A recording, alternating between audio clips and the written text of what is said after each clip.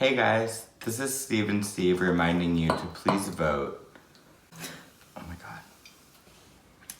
god. You know what time it is. I don't know if I can do this. I need the gummy worm. Yeah. So the limes are decrepit, so we're using gummy worms as our chaser this time around, so Godspeed to us, one and all. pray for us. Salute. Salud.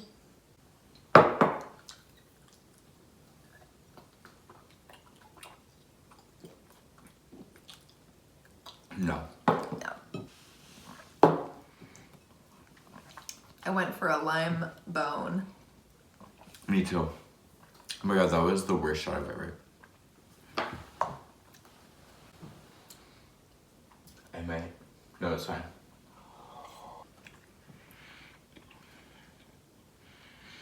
Okay, never do a tequila shot with a gummy worm.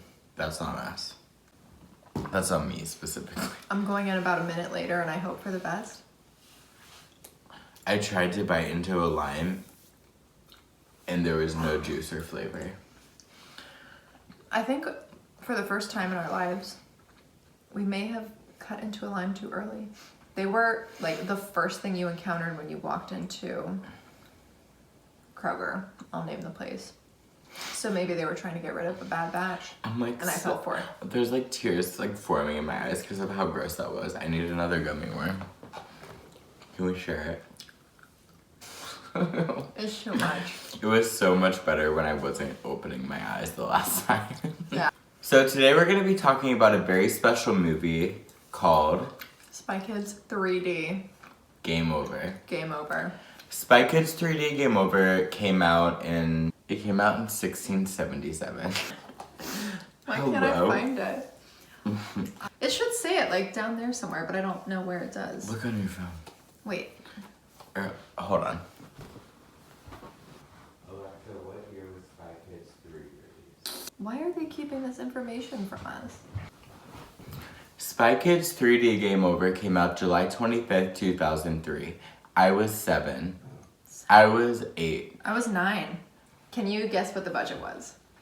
The budget? Well, okay, so Spy Kids 1 and 2 were huge successes, so I want to assume that the budget was 15 million.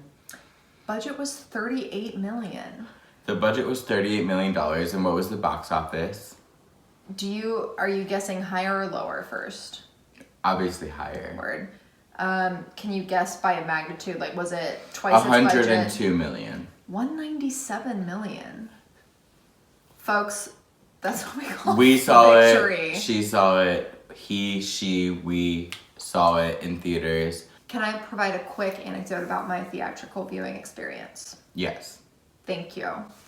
My brother and I Grant. endured the oversight of a Christian nanny for the summer of what I now know is 2003. Long story short, she took us this movie out of the uncharacteristic grace of her heart, wore the glasses. She was one of those people who the whole time she was like, I'm having a migraine. This is giving me a headache. And my brother and I were like, the hallway is this way. Ma'am, we're already here. We already paid. Give me a break. This is the cultural event of the century. We are going to be doing century. a whole episode about this babysitter, by the way. Like, literally, without Ashley, Bert's consent. look fucking out. I don't know if you're alive. She's obviously probably like, Ashley, if you're listening, Sorry for the what aisle was over there the whole time. I have a quick intro to that episode, a quick teaser, is that one time my brother, so it was the summer of 2003, I was 9 and a half. My brother is 3.5 years younger than me, so you do the math, hashtag. My brother says, Ashley, I'm starving, make me a sandwich. Guess what Ashley says? And she chose to reply by saying, Grant, children in Africa are starving, make your own sandwich. And we both stood looking, staring. And we're like, honey, not up in here. And we told our parents, they did nothing. Go and look at one of these reflecty bits of glass, take a glance, and get a grip. Look at yourself and get a grip.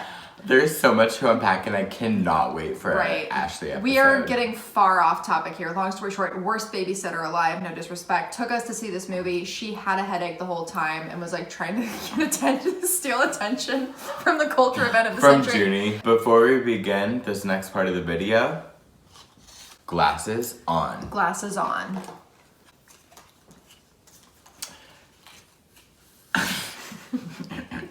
My history with this movie is so important. Shout out to Charlie and oh my god, I can't talk. I'm so drunk. Shout out to Charlie and Caitlin because I guess my siblings too, but we would literally sit in their basement. They had a big flat screen. They had a big flat screen TV, and we would literally wear these glasses, and we would put on this DVD, which if you're looking now, can you not? The DVD cover is 3D, so we're freaking out. But the thing is, when this movie came out, I had already been a fan of the first one. Not just me, all of us. We'd seen the first one, we'd seen the second. We knew about Gertie and Gorto, Gary and Gertie Giggles. We had seen the sequel, like, it's all amazing. So I guess my background to this is that, like, it literally is the reason I am alive. My brother and I feel like our enjoyment of the movies was completely even. We're like 3.5 years apart, and yet when we saw those, we were not like 3.5 years apart. My brother and I? Oh, I thought you meant you and me. I was like, no. Hardly. We would watch these movies, my brother and I. We would get the McDonald's Happy Meal toys. Any toy that resembled a gadget, it would then go into our like designated spy bags. We'd go on our spy missions, and we would be like, let me get the coordinates for you. We pull out my dad's like dead Palm Pilot that's missing a stylus, like flip open the broken leather cover and just like punch it furiously and be like, we're getting the coordinates. Yeah. Glasses off. What's your favorite scene of Spy Kids 3D? The one that gets my heart racing the most is when Junie is in OSS for the first time after a while, and Salma Hayek, beautiful, and her husband are like, we've exhausted the option of your sister. She's inexplicably floating in this anti-gravity chamber with her hair blowing around her. Literally everyone else in this movie that is stuck in this video game is not floating in a anti-gravity They're all literally everyone is not floating in an anti-gravity chamber, but specifically Alexa Vega was sitting horizontal, might I add, floating like a rotisserie chicken. And oh my god, is that pizza, the best part? Pause. The pizza's here. Hello?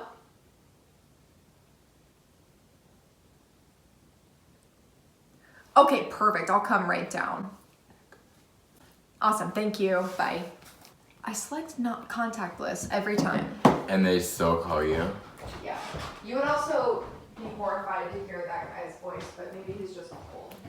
So, what is your favorite scene in Spy Kids 3D Game Over? One of my favorite scenes is when Junie finally goes into the OSS after being like begged to come back, and they're like giving him the lowdown, and you have like, as the viewer, you're excited to see what it's like for the main character to be in it. And he sees Carmen. They pull up like a garage door in the lab, and she's floating in the anti-gravity chamber. Her hair, anti-gravity, her hair billowing around her. Billowing in the anti-gravity chamber. And Junie goes, wow.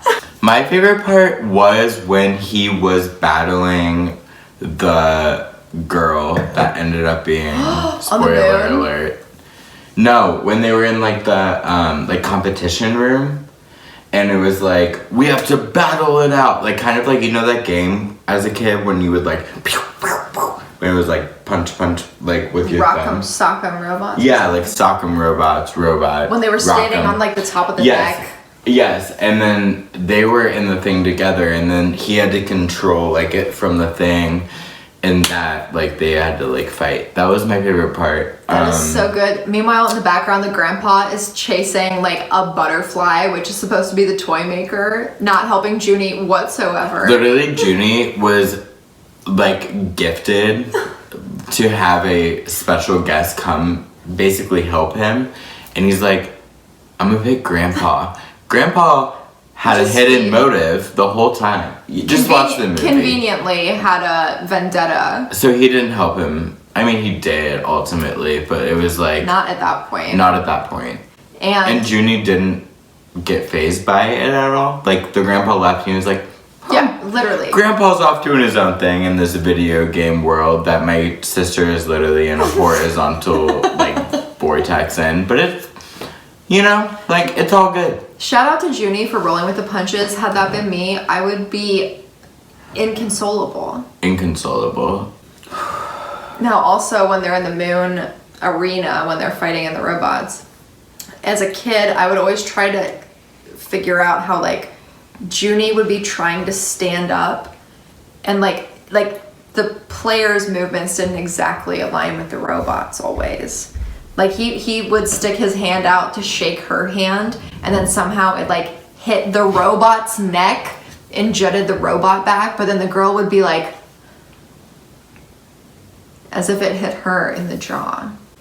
So basically, if you were on the team for this movie and you were part of like the physical like physics of this movie, Please give us a check call. your shit out and let us know what the fuck is going on. The kids, it didn't really like, it didn't really faze me much as a kid when I was watching it, but like when, spoiler alert, we happened to rewatch it recently, when like Junie's friends that he makes in the game, when at the very end of the movie, when he meets them again and they're like Nerds. the opposite of the strengths that they project in the movie. Present day, I'm like, wow, people online project how they want to be, and that's not always reflective of their real lives. And sometimes in real life, people pretend who they want to be, and it's not projective of their real lives. Right. And all we have to say is, glasses on. Glasses on for this portion of the film. You're gonna need your glasses on.